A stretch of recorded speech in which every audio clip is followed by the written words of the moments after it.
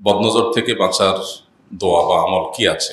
বদনজর সত্য, এ বিষয়ে আমাদের পরিষ্কার ধারণা থাকতে হবে। অনেক ইমানদার, অনেক মুসলমানরা এ বিষয়ে ধোঁয়াশার মধ্যে থাকেন। তারা মনে করেন যে এটা বোধহয় কুসংস্কারাচ্ছন্ন বিশ্বাস। মূলত নবী করিম সাল্লাল্লাহু আলাইহি ওয়াসাল্লাম বলেছেন, আল আইনু হাক্কুন।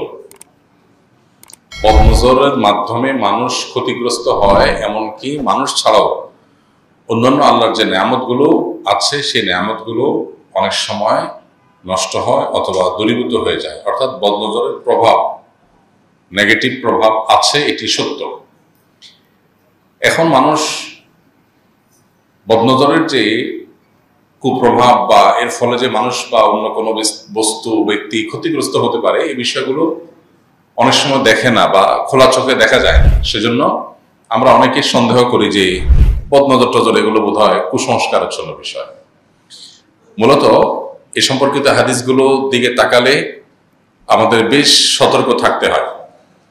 একটি রেওয়ায়েত রয়েছে যে মানুষের হিংসাত্মক চাহনি বা বদনজর এটা এত জঘন্য এবং এটার কুপ্রভাব এত বেশি যে ওঁটকে পাতিল পর্যন্ত এবং মানুষকে কবর পর্যন্ত অনেক সময় পৌঁছে দেয়।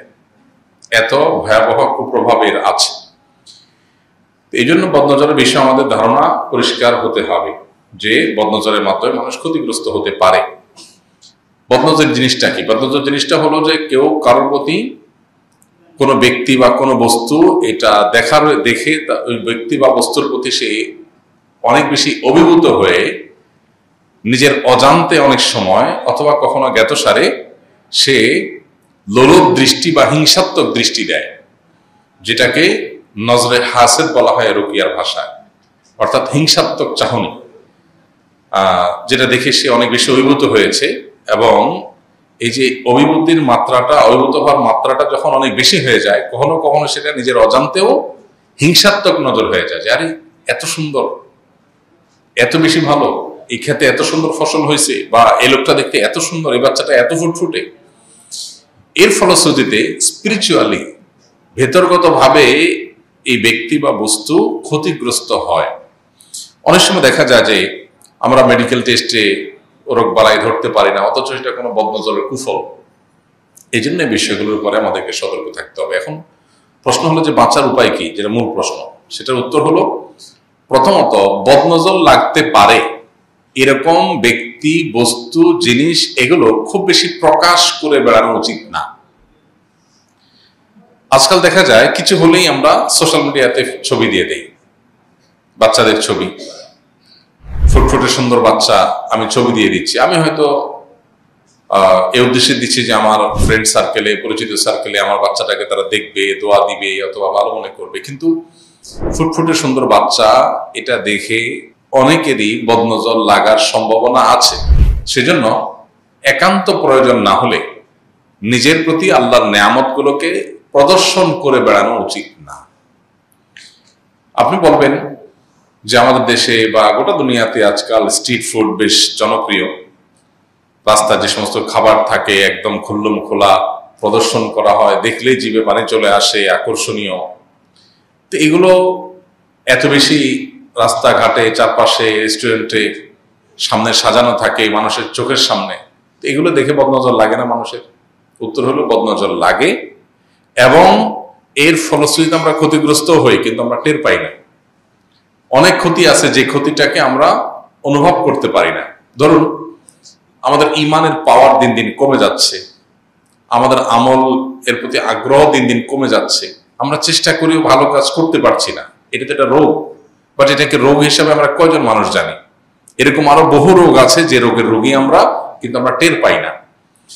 কোরআন এবং হাদিস যখন কোনো বিষয় আমাদেরকে সতর্ক করে, তখন সেটা দ্বারা সতর্ক হওয়া, সেটা দিয়ে নিজেদেরকে সাবধান করা, এটা হলো আমাদের কর্তব্য। আজকের এই পৃথিবীতে যে কালচার ডেভেলপড হয়েছে, যে কালচার প্রতিষ্ঠিত হয়েছে, এটার যেই বিষয়গুলো কোরআন এবং হাদিসের সাথে সঙ্গতিপূর্ণ নয়, সেগুলো যদি গোটা পৃথিবীর মানুষও গ্রহণ করে নেয়, ইভেন আমরা বাধ্য হয়ে, নিরুপায় হয়ে যদি সে কালচারকে গ্রহণও করতে হয়, কিন্তু আমার বিশ্বাসের জায়গা পরিষ্কার থাকবে যে এইটা আমার জন্য কল্যাণকর না, এটা আমার জন্য ক্ষতিকর নিশ্চিত। তো এই জন্য বদনজর থেকে বাঁচার প্রধান এবং প্রথম উপায় হলো যে আল্লাহর নেয়ামতকে একান্ত প্রয়োজন না হলে প্রকাশ না করা। এখন আপনার ক্ষেতের ফসল, এটা তো আপনি লুকাইতে পারবেন না, এটা তো সবাই দেখবে। যেটা প্রকাশ্য আছে সেটা তো প্রকাশ্যই, সেটা তার গোপন করার সুযোগ নেই। কিন্তু যেটা প্রকাশ না করলেও চলে, ওইটাকে প্রকাশ না করার চেষ্টা করা দরকার। যেগুলো প্রকাশিত আছে সেগুলো, যেগুলো অলরেডি প্রকাশিত আছে বা সিস্টেমটাই হলো প্রকাশ্যে থাকার। আপনি বাজারে খাবার বিক্রি করবেন, তো এটা তো লুকানো কিছু না। আপনার শস্য, দানা, সবজি, ফল, এগুলো তো লুকায়া বাক্সের মধ্যে রেখে বিক্রি করার জিনিস না। সো এগুলো প্রকাশ্যেই থাকবে, কোনো অসুবিধা নেই। কিন্তু সেগুলোতে যেন বদনজর না লাগে বা আমি যেন তার দ্বারা ক্ষতিগ্রস্ত না হই, সেজন্য কয়েকটা প্রক্রিয়া বা কয়েকটা আমল আছে। নাম্বার 1, সকাল সন্ধ্যা নিয়মিত রক্ষা কবচ দোয়াগুলো পড়া। বিসমিল্লাহিল্লাযী লা ইয়াদুররু মা ইসমিহি শাইউন ফিল আরদি ওয়ালা ফিস সামাওয়াতি ওয়াস সামিউল আলিম। 3 কুল, সূরা ইখলাস, সূরা ফালাক, সূরা নাস, 3 বার সকালে, 3 বার সন্ধ্যায়। হাসবি আল্লাহু লা ইলাহা ইল্লা হু আলাইহি তাওয়াক্কালতু রাব্বুল আরশিল আযীম, সূরা তাওবার শেষ আয়াত, এটা 7 বার সকালে, 7 বার সন্ধ্যায়। এইভাবে রক্ষা কবচ আমলগুলো যদি আমরা নিয়মিত করতে পারি, ইনশাআল্লাহ বিইذনিল্লাহ এই জাতীয় বিষয়গুলো আমাদেরকে ক্ষতি করতে পারবে না। তখন একটা সেফটি আমরা নিয়ে নিলাম, টিকার মতো। টিকা যেরকম মানুষের রোগ হওয়ার আগে থেকে নিয়ে নিলে আর রোগ হয় না, বা রোগ হওয়া থেকে মানুষকে আত্মরক্ষা করার জন্য যে এই সিস্টেম, ঠিক একইভাবে সকালের সন্ধ্যা দোয়াগুলো পড়ার মানে হলো এরপরে সম্ভাব্য যে ক্ষতি হওয়ার আশঙ্কা আছে, সেই ক্ষতি থেকে আল্লাহ তাআলা আমাকে আগে সেভ করবেন এবং অগ্রিম সেফটি আমি নিয়ে নিলাম।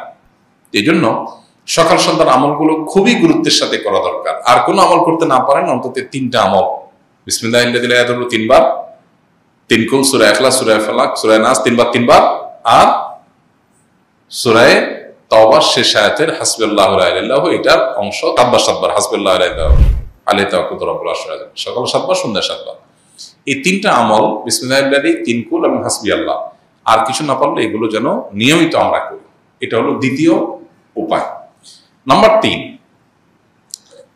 বদনজর লাগতে পারে এরকম বিষয় কেউ দেখার পর তার নিজের অজান্তে যেন বদনজর না লেগে যায়, এজন্য তার ওই জিনিসটার জন্য বরকতের দোয়া করা উচিত। নবী করিম সাল্লাল্লাহু আলাইহি ওয়াসাল্লাম বলেছেন, তোমাদের কেউ যদি এমন কিছু দেখে যেটা দেখে সে অভিভূত হয়ে যায়, মা ইউআজিবুহু, যেটা দেখার পরে সে অনেক বেশি আশ্চর্য হয়ে যাবে, এত সুন্দর, এত ভালো, তখন তার অজান্তে ওই জিনিসটার বা ওই ব্যক্তির ক্ষতি হয়ে যেতে পারে তার রাক্ষসের চাহনির